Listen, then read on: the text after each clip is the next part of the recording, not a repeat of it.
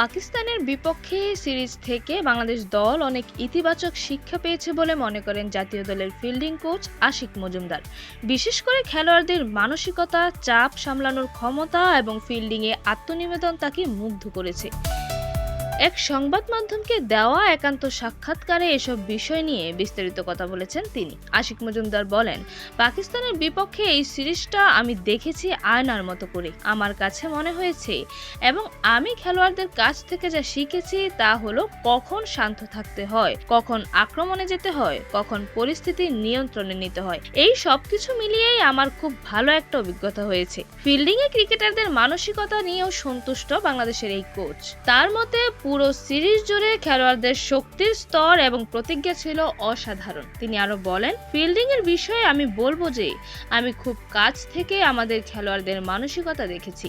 এটি একদম সর্বোচ্চ পর্যায়ের ছিল। ম্যাচে জয়লাভ করার জন্য ফিল্ডিং এ যা যা দরকার তারা তার সবকিছুই করেছে।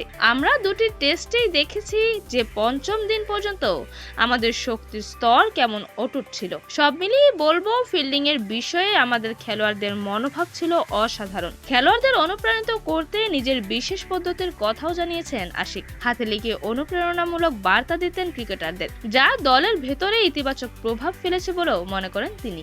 আমাদের খেলোয়াড়দের শক্তির স্তর সবসময় মানসম্মত এবং উচ্চ পর্যায়ে ছিল।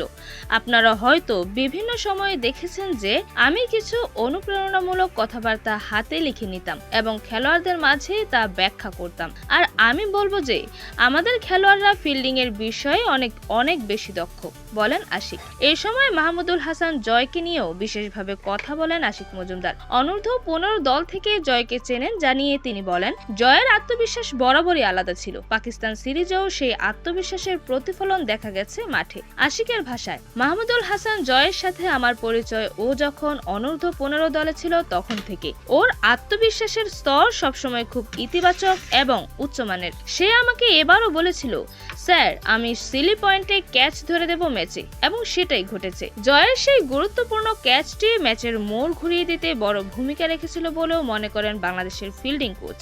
একটা প্রবাদ আছে না, আমরা যা চিন্তা করি আমরা তাই হয়ে উঠি। আমরা যদি ইতিবাচক চিন্তা করি তবে ইতিবাচক কিছুই হবে। জয়ের সিলি মিড অনে ধরা ওই ক্যাচটি আমাদের ম্যাচের মোড় ঘুরিয়ে দিতে অনেক বড় সহযোগিতা করেছে। তাজরিমা, ফ্লেভার্স নিউজ।